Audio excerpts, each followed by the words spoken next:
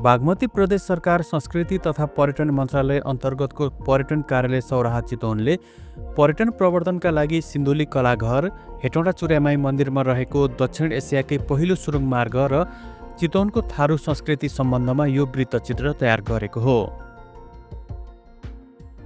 बागमती प्रदेश अन्तर्गत रहेका जुन पर्यटन कार्यालय सौराहाको कार्यक्षेत्रभित्र रहेका जिल्लाहरूको कला संस्कृति, यहाँको ऐतिहासिक, पुरातात्विक, धार्मिक लगायतका क्षेत्रहरूको प्रवर्धन र तिनीहरूको संरक्षण गर्ने, तिनीहरूको प्रचार प्रसार गर्ने उद्देश्यका साथ यहाँको सांस्कृतिक सम्पदाहरूको संरक्षण र प्रवर्धन गर्ने उद्देश्यका साथ यो कार्यक्रम आयोजना गरिएर हामीले यो वृत्तचित्र निर्माण गर्ने कार्यमा लागेका छौँ।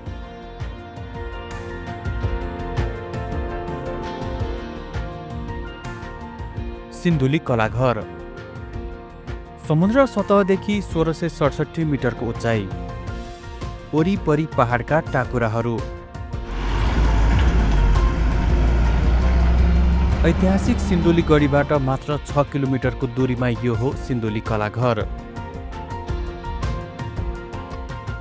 सिन्धुलीको काखमा ठडिएको सिन्धुली कलाघर जसले हराउन लागेका कला र मौलिकतालाई नयाँ जीवन दिँदैछ। यो एउटा संरचना मात्र होइन, हाम्रा पुर्खाहरूको सिप, संस्कार र सभ्यताको सङ्ग्रहालय हो। स्थानीय कलाकारहरू र संस्कृति प्रेमीहरूको संयुक्त प्रयासमा स्थापना भएको यो कलाघरको मुख्य उद्देश्य लोप हुन लागेका हाम्रा लोकबाजाहरू, वेशभूषा र जीवनशैलीलाई नयाँ पुस्ताका लागि सुरक्षित राख्नु हो।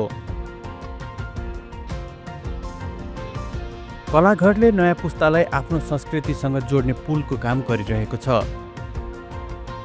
पर्यटनको नयाँ गन्तव्य बन्दै गरेको यो कलाघर सिन्धुलीको एउटा यस्तो गहना हो जसले हाम्रो पहिचानलाई विश्वमाझ पुर्याउने साहस बोकेको छ। यो कलाघर 2075 सालमा क्याम्पस पढ्दै गरेका 15 जना जोसिला युवाहरूको सपनाको प्रतिफल हो। युवाहरूले आफ्नो 10 वर्ष लक्ष्य निर्धारण गरे। अहिले 5-6 वर्ष बितिसक्दा उनीहरूले एउटा यस्तो जग बसाएका छन् जसले नेपाललाई विश्व स्तरमा चिनाउने सामर्थ्य राख्दछ।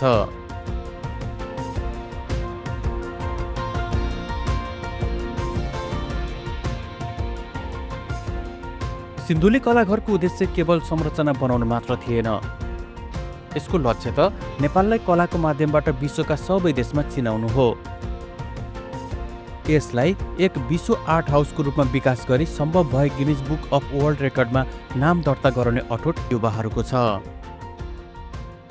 सांस्कृतिक क्षेत्रबाट यो राज्यलाई र सँगसँगै आफ्नो नागरिकको हिसाबले पनि केही दायित्व पुरा गरौँ भन्ने हिसाबले हामीले यो कलाघरको परिकल्पना गरेका थियौँ र 75 सालदेखि नै यो कलाघरलाई चाहिँ अलिक फरक ढङ्गबाट, जहाँ जुन ठाउँमा बनिसकेको छ त्यही कपी गर्ने भन्दा पनि अलिक फरक ढङ्गबाट बनाउन खोजेका हौँ।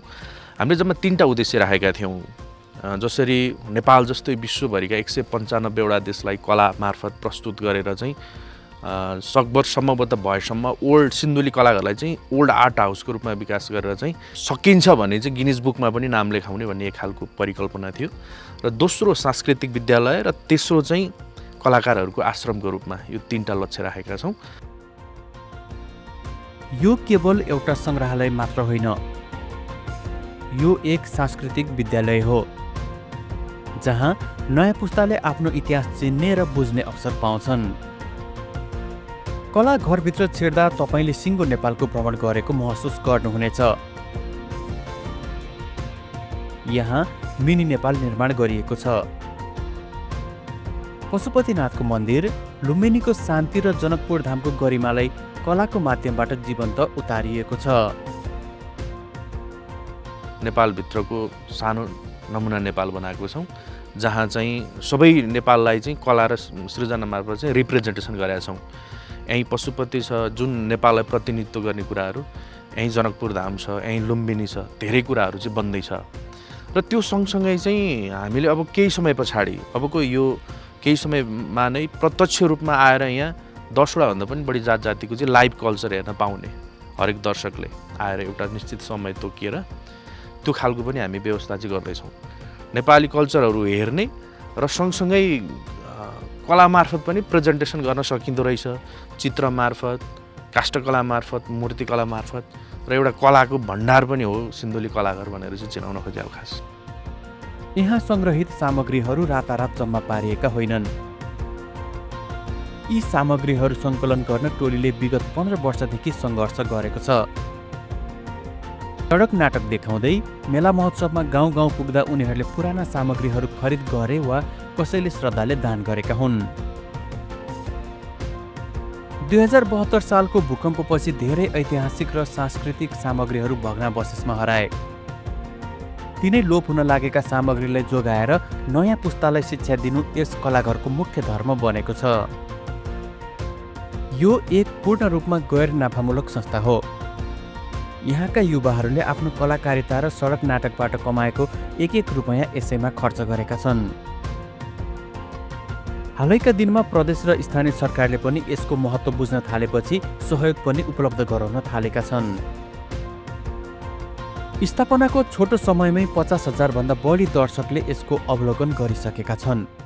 2 वर्ष यो ठाउँमा भौतिक रूपमा संरचना बनाउन थालिसके पछाडि चाहिँ बन्दै पनि गर्छ र हेर्दै पनि गर्नुहुन्छ भन्ने हिसाबले चाहिँ हामीले खुलेका थियौँ। त्यो सम्मको अवस्था हेर्दाखेरि चाहिँ अहिले चाहिँ झन्डै 50,000 भन्दा पनि बढीले यो अवलोकन गरिसक्नु भएको छ भन्ने हाम्रो कालान्तर लक्ष्य चाहिँ दैनिक 1,000ले चाहिँ अवलोकन गर्न सकियोस् भन्ने हो यो ठाउँको लागि चाहिँ। तर युवाहरूको भोग यतिमा मेटिएको छैन। उनीहरूको लक्ष्य दैनिक कम्तीमा 1,000 पर्यटक भित्र्याउने र भविष्यमा 100 जनाभन्दा बढी स्थानीयलाई स्वरोजगार बनाउने रहेको छ। हिजोका दिनमा हाम्रा पुर्खाहरूले बाँचेको जीवन आजको पुस्ताका लागि ज्ञानको स्रोत हो। सिन्धुली कलाघरले त्यही ज्ञानको दियो बाल्ने काम गरिरहेको छ। सिन्धुलीगढी घुम्न आउने पर्यटकहरूका लागि कलाघर एक अनिवार्य गन्तव्य बन्दै गएको छ। हामी वर्ल्डलाई नै चाहिँ विश्वलाई नै चाहिँ कला मार्फत चाहिँ प्रेजेन्टेसन गरेर विश्वको चाहिँ 20औं नम्बर सूचीमा चाहिँ नयाँ कृत्रिम बनिएको 20औं सङ्ग्रहालयमा चाहिँ नेपालको पनि कलाघर पर्दोस् भन्ने इच्छा छ। त्यो एउटा चाहना, त्यही महत्त्वाकांक्षाले चाहिँ हामी निरन्तर भोलिन्टियर रूपमा काम गरिरहेका छौँ र यो भिडियो पनि धेरैजनाले हेर्नुहुन्छ होला। आजसम्म हामीले कमाएको यो गैर नाफामूलक सामाजिक संस्था, यहाँको चलअचल सबै सम्पत्ति चाहिँ राज्यको हुनेछ भन्ने प्रष्ट हामीले विधानमै उल्लेख रहेर गर्दा पनि हामीले कमाएको पनि यहाँ लगाइरहेछौँ, श्रम बाहेक पनि। अब श्रमको चाहिँ मूल्य कति छ त्यो आफै जानुन्। यसरी चाहिँ भोलिन्टियर रूपमा पनि देशले के दियो भन्दा पनि देशको लागि के दिन सक्छौँ भन्ने चाहिँ एउटा अभिप्राय छ। यही हिसाबले लागिरहेछौँ हामी। चुर्यामाई सुरुङ मार्ग। दक्षिण एसियाकै गौरव चुर्यामाई सुरुङ मार्ग। विक्रम सम्वत 1974 मा निर्मित यो संरचना नेपालको आधुनिक इन्जिनियरिङको प्रस्थान बिन्दुको रूपमा लिइन्छ। इतिहासका पानाहरूमा कतिपय यस्ता निर्माणहरू हुन्छन् जसले राष्ट्रको गौरव र पुर्खाहरूको साहसलाई प्रतिनिधित्व गर्छन्। मकवानपुर र बाराको सिमानामा अवस्थित चुर्यामाई मन्दिर केवल एक धार्मिक स्थल मात्र होइन, यो दक्षिण एसियाकै पहिलो आधुनिक इन्जिनियरिङ चमत्कारको साक्षी पनि हो। तत्कालीन राणा प्रधानमन्त्री चन्द्र शमशेरको शासनकालमा नेपालका प्रथम graduate civil engineer brigadier general Dilijang थापाको नेतृत्वमा एउटा असम्भव लाग्ने सपना साकार पार्ने काम सुरु भएको थियो। राजा महाराजाहरू चाहिँ पहिला चाहिँ अब घोडामा सवार हुने बेलामा चाहिँ हजुरको चाहिँ यो बाटो चाहिँ आर्मी सेनाहरूले राजाकै आदेशमा चाहिँ खनेर घोडा हिँड्ने बाटो बनायो, मान्छे पनि हिँड्ने बाटो भयो। त्यहाँबाट राजाहरू महाराजाहरू यो बाटो हिँड्थ्यो, देवीको स्थान यहाँ आएर बास बस्नु। अनि अम्लेसनसम्म रेल आउने, अनि यहाँतिर बाटोघाटो केही थिएन, त्यो पुरै चुरे पहाड थियो।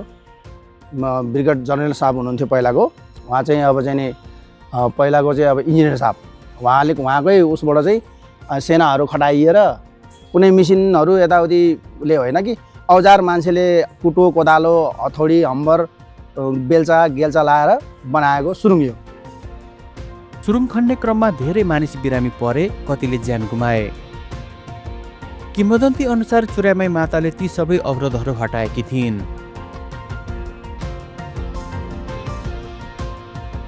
यो सुरुङ मार्ग कति महत्त्वपूर्ण थियो भन्ने कुरा स्विस भूगर्भविद टोनी हेगन र जर्मन थेरापिस्ट एरिका लुकेटागका संस्मरणहरूले पुष्टि गर्छन्। तत्कालीन समयमा 500 मिटर लामो यो सुरुङले रक्सोलदेखि भीमफेदीसम्मको यात्रालाई सहज बनाएको थियो। अमलेगञ्जबाट रेलमा आएका माल सामान र सवारीहरू यही मार्ग भएर राजधानी काठमाडौँसम्म पुग्ने गर्थे। माटो नभासियोस् भनेर प्रयोग गरिएको फलामका डन्डी र लाइम कङ्क्रिटले तत्कालीन समयको उत्कृष्ट प्रविधिलाई झल्काउँछ।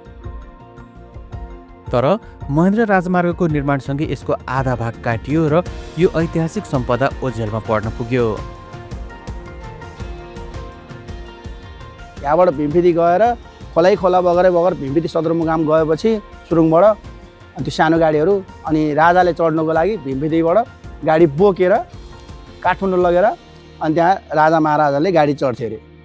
अनि पछि चाहिँ ठुलो गाडी आएपछि त्यहाँबाट चल्न थालेपछि बाहिरको बाटो बनाउन थाल्यो। अनि बाहिरको बाटो पनि तपाईँको अब चाहिँ नि 28 सालबाट सुरु गर्यो बनाउँदै जाँदा, अनि त्यो पनि सम्पन्न गर्यो। अनि डिमोडल गाडीहरू आयो त्यसपछिबाट यो अनि 32-33 सालसम्म यहाँ गाडी भनौँ न चल्थ्यो। दशकौंसम्म व्यवस्थामा परेको यो सम्पदालाई बागमती प्रदेश सरकारले करिब 3 करोड 65 लाख रुपियाँको लगानीमा पुनर्जीवन दिएको छ। सरसल्लाह भयो, छलफल भयो, समितिसँग पनि कोर्डिनेसन भयो। अनि भइसकेपछि हजुरको त्यहाँबाट समितिहरूको मान्छे पनि आउने अनि सबैलाई बोलाउने यताउति गरेपछि ल भनेर पछि टेन्डर आह्वान गरेर अनि फेरि उहाँ केन्द्रबाटै अनि यो टेन्डर कति लागतमा यो चाहिँ बनाएर अहिले सम्पन्न भएर अनि यहाँ मान्छे आवत जावत छ। अनि त्यहाँबाट उहाँहरू आएर फेरि केन्द्रबाट आएर नगरलाई हस्तान्तरण गर्यो। नगरले अहिलेसम्म नगरले नै हेरिरहेछ, नगरले नै सबै कुरा गरिरहेछ। 2081 पुसदेखि हेटौँडा उपमहानगरपालिकाले यसको व्यवस्थापन सम्हालेपछि अहिले यो क्षेत्र धार्मिक र ऐतिहासिक पर्यटकीय गन्तव्य बनेको छ।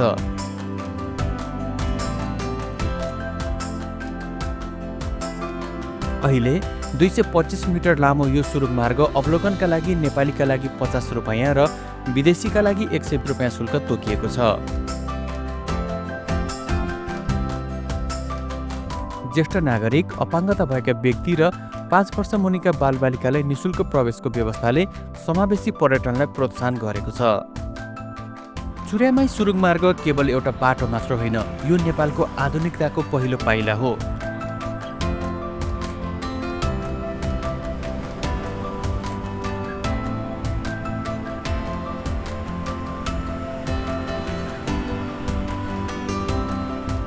यसको प्रचार प्रसार र संरक्षणले नेपाल र भारतको पर्यटकहरू मात्र होइन, विश्वभरका अनुसन्धानकर्ताहरूका लागि पनि यो एक महत्त्वपूर्ण थलो बन्ने निश्चित छ।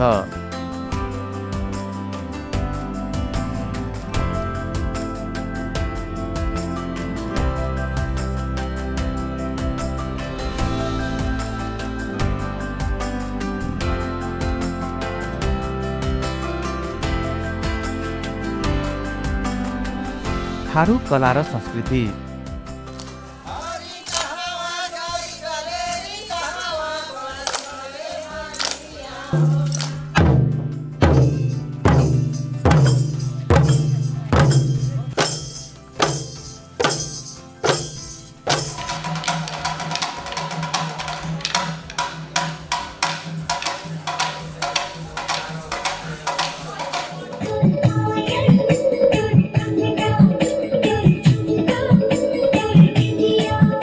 चितवन नाम सुन्ने बित्तिकै धेरैको मानसपटलमा जङ्गल सफारी, एकसिङ्गे गैँडा र घना जङ्गलको चित्र आउँछ।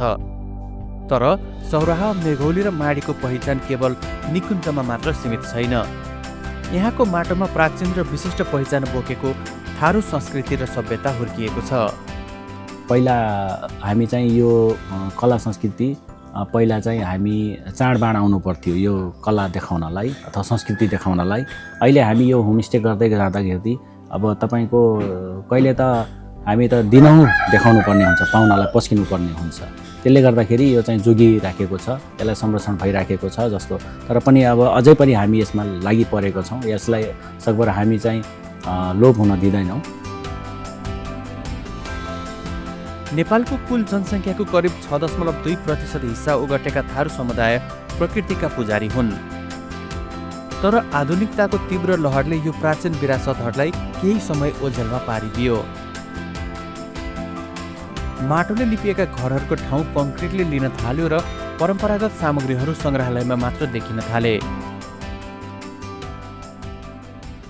समयको माग अनुसार होइन। अब पहिला हाम्रो एकदमै खडैले बारेको घरहरू हुन्थ्यो होइन। अब त्यति बेला चाहिँ समय त्यस्तै थियो होइन। अब त्यो खडैहरू पनि प्रशस्त पाउने, खरहरू प्रशस्त पाउने होइन। अहिले पनि देख्नुहुन्छ तपाईँहरू खर पनि छ यहाँ, तर यो पनि बिस्तारै बिस्तारै भनौँ न पाउन चाहिँ छोडिराखेको छ।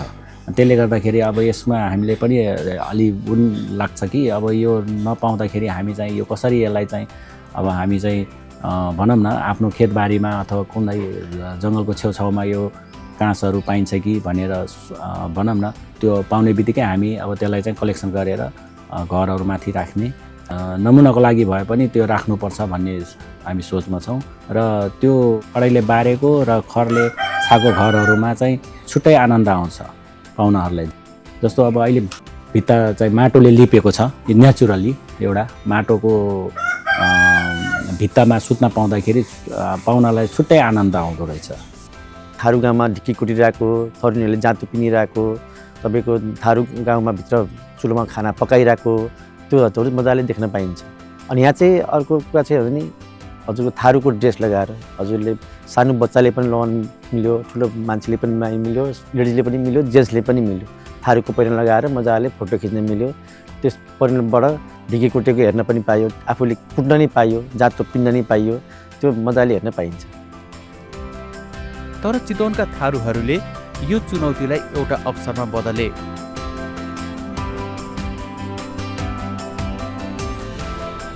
संस्कृतिलाई पर्यटनसँग जोडेर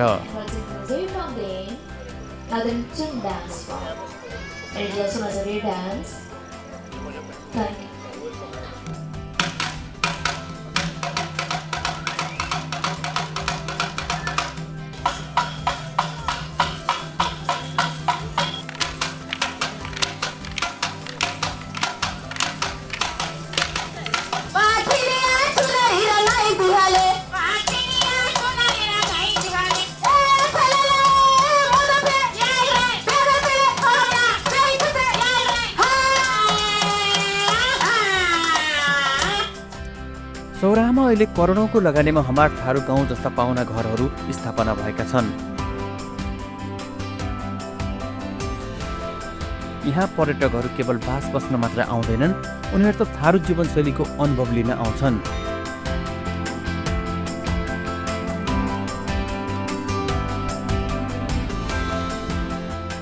साँझ परेपछि यहाँको माहौल उत्सवमय बन्छ।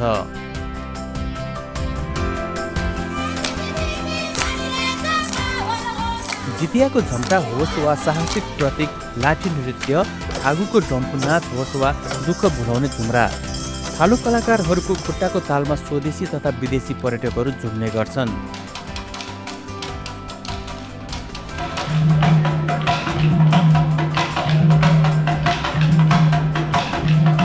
सौराहाका थारू कल्चर र न्यू थारू कल्चर जस्ता केन्द्रहरूले दैनिक रूपमा यी नृत्यहरू प्रदर्शन गर्दै आएका छन्। संस्कृति केवल नाचमा मात्र होइन, स्वादमा पनि झल्किन्छ। थारू भान्साको मौलिक परिकार ढिकिरी रोटी, चिचर, घोङ्गी र हाँसको मासुको स्वाद लिनु यहाँ आउने पाहुनाको मुख्य चाहना हुने गर्छ। संस्कृति हजुरहरूलाई बेलुकाको साँझमा हुन्छ, हाम्रो यो 7 बजेदेखि 8 बजीसम्म हुन्छ। त्यहाँ चाहिँ यो थारूकै संस्कृतिसँग जोडिएका नृत्यहरू हामीले प्रस्तुत गर्छौँ, त्यो चाहिँ मजाले हेर्न पाइन्छ। त्यो अलावा हामीले चाहिँ थारूको खानाहरू, हजुरको स्पेसल थारू खानाहरू चाहिँ हामीले चाहिँ यहाँ सर्भाइभ गर्छौँ।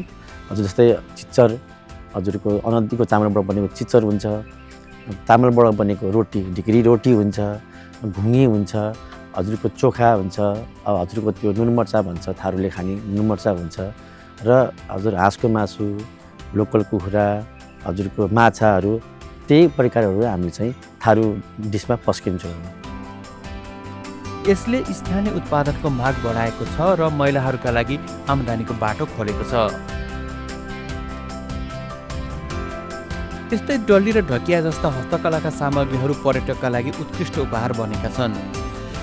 हिजोका दिनमा घरधन्दामा मात्र सीमित रहेका हातहरू आज व्यावसायिक बन्दैछन्। मेघोली र माडीका होमस्टेहरूले पर्यटनलाई गाउँको कुना कुनासम्म पुर्याएका छन्।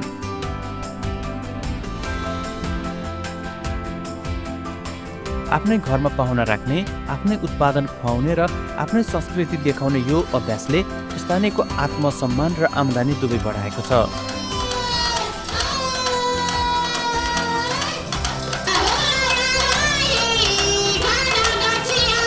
यसले युवाहरूलाई विदेशिनुको साटो गाउँमै रोजगारको अवसर सिर्जना गरिदिएको छ। आधुनिक जीवनशैली र सहरको बढ्दो प्रभावका बीच चितवनका थारूहरूले रोजेको यो बाटो निकै प्रेरणादायी छ। संस्कृति जोगाउनु भनेको इतिहास बचाउनु मात्र होइन, बरु पहिचान सहितको भविष्य निर्माण गर्नु पनि हो।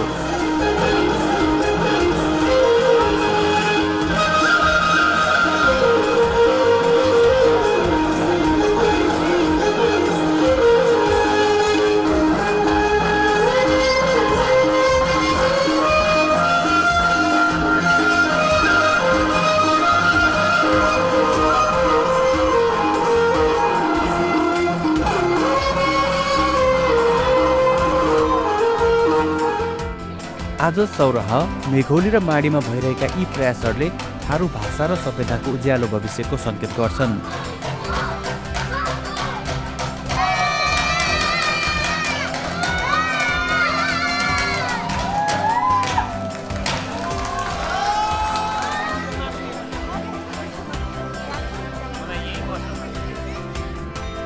यसैगरी थारू समुदायको लागि माघ 1 गते अर्थात् माघी यो एउटा पर्व मात्र होइन, यो नयाँ सुरुवात पनि हो। यसले थारू भाषामा खिचरा पनि भनिन्छ, जुन थारू समुदायको नयाँ वर्ष हो। माघ 1 गते जिमदार र हरुवा बीच नयाँ सम्झौता हुने गर्दथ्यो। यदि कसैलाई पुरानो मालिकसँग काम गर्न मन नलागेमा अर्को मालिक खोज्ने समय पनि यही माघदेखि फागु पूर्णिमासम्मको हुन्थ्यो। माघी पर्व चाहिँ थारूहरूको लागि एकदमै महत्त्वपूर्ण चाड हो, जुन यो हामी चाहिँ खिचरा भन्छौँ। खिचरा भनेपछि यो थारूहरूको परापूर्व कालदेखि यो मान्दै आएको एउटा चाहिँ परम्परागत हाम्रो चाहिँ नयाँ वर्ष पनि हो। थारूहरूले पहिला चाहिँ हरुवा चरुवा राख्ने चलन थियो, जुन हामी पहिला चाहिँ तिनीहरूलाई चाहिँ आफ्नै घरमा आफ्नै उनीहरूको बच्चाहरू सहित चाहिँ आफ्नै जिम्मेदारहरूले पालन पोषण गर्ने केही चाहिँ उनीहरूलाई चाहिँ धानमा चाहिँ राख्ने चलन थियो जिम्मेदारहरूले। त्यसै गर्दाखेरि त्यो नयाँ वर्षको रूपमा चाहिँ यो माघी पर्वमा उनीहरूको वर्षभरिको पाउनुपर्ने जेला कति त्यो चाहिँ निर्धारण गरिन्थ्यो। खिचडी एउटा चिचरमा चाहिँ त्यसमा चाहिँ बेसार हालेर पकाउने जुन खिचडी भनिन्छ, त्यो चाहिँ पुसको मसान्तीको दिन पकाएर माघको 1 गते बिहान नुहाइ धुवाइ गरेर चाहिँ त्यसरी एउटा चाहिँ पोका चाहिँ डल्लो बनाएको पोका चाहिँ घौरामा पोलेर चिचर र माछासँग खाने, पुसकै पकाएको माछासँग खाने चलन हो। जुन चाहिँ पुसको अन्तिममा हरुवाले एउटा चाहिँ मालिकसँग अब यस वर्ष चाहिँ मेरो बालबच्चा पालन पोषणदेखि लिएर मैले पाउनुपर्ने सेवा सुविधादेखि लिएर उसलाई चित्त नबुझेको कुरा चाहिँ 29 गते नै मसान्तीको दिन भन्ने चलन छ। माघ 1 गते तर मालिकले जिम्मेदारले त्यसले माग गरेको कुराहरू कति सम्बोधन हुन्छन् त फागुन महिनाको फागु पूर्णिमाको दिनसम्म चाहिँ पाल्ने चलन हुन्छ। तर चित्त बुझेन ऊ फागु पूर्णिमापछि उसले पुनः छोड्न सक्थ्यो। यदि चित्त नबुझे भने ऊ फेरि त्यो मालिकलाई छोडेर अर्को मालिकसँग जानको लागि त्यो जुन यो ग्याप छ हाम्रो माघदेखि फागु पूर्णिमाको सम्मको ग्यापलाई उसले चाहिँ अर्को मालिक खोज्ने अवस्था हुन्थ्यो। त्यसैले यो थारूहरूको नयाँ वर्षको रूपमा मनाउने चलन खानपिन त्यस्तै फरक छ। त्यसैले यो हाम्रो एकदमै महत्त्वपूर्ण चाड हो। माघीको अर्को सुन्दर पक्ष भनेको यसको विशेष खानपान हो। पुसको मसान्त अर्थात् 30 गते पकाएको खाना माघ 1 गते बिहान नुहाइ धुवाइ गरेर खाने चलन छ।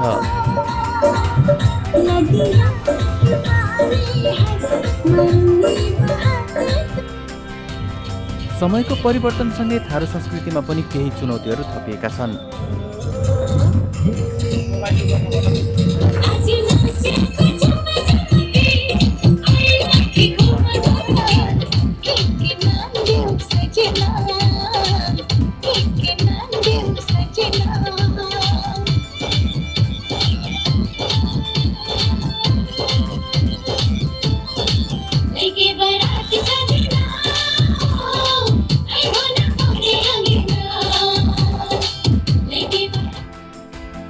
पहिलेका खर र माटोका घरहरूको ठाउँ अहिले कङ्क्रिटका घरहरूले लिन थालेका छन्। तर आफ्नो पहिचान जोगाउन थारू समुदाय सक्रिय छ।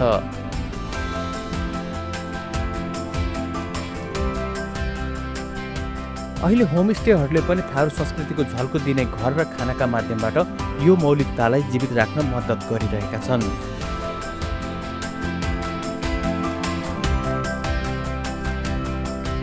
पुस्तान्तरण हुँदै गए पनि माघीको उल्लास र आफ्नोपन भने अझै उत्तिकै गाढा छ। संस्कृतिबाट समृद्धि चितवनको थारू समुदायको यो यात्रा अरूका लागि पनि एउटा सिक्नै पर्ने पाठ बनेको छ। आउनुहोस् यो जीवन्त संस्कृतिलाई सम्मान गरौँ र यसको संरक्षणमा हातेमालो गरौँ। यो पर्यटन कार्यालय सौराहाको 6वटा जिल्लालाई कार्यक्षेत्र बनाएको छ, जसमा रसुवा, नुवाकोट, धादिङ, चितवन, मकवानपुर र सिन्धुलीलाई आफ्नो कार्यक्षेत्र भई यसले कार्य गरिरहेको छ। यहाँका कला, संस्कृति, धार्मिक, पुरातात्विक को संरक्षणको लागि मन्त्रालयले पनि विभिन्न अनुदान सहयोगका कार्यक्रम राखेको छ। त्यसमा सांस्कृतिक, जातीय सांस्कृतिक कल्चर, रैथाने खाना महोत्सव अनि पर्यटकीय तथा धार्मिक स्थलहरू सरसफाइ अभियान अनि वृत्तचित्रहरूको निर्माण लगायतका कार्यहरू गर्दै पर्यटन प्रवर्धनमा सहयोग पुग्ने खालका कार्यक्रमहरू हाम्रो कार्यालयबाट सम्पादन गरिँदै आएको छ।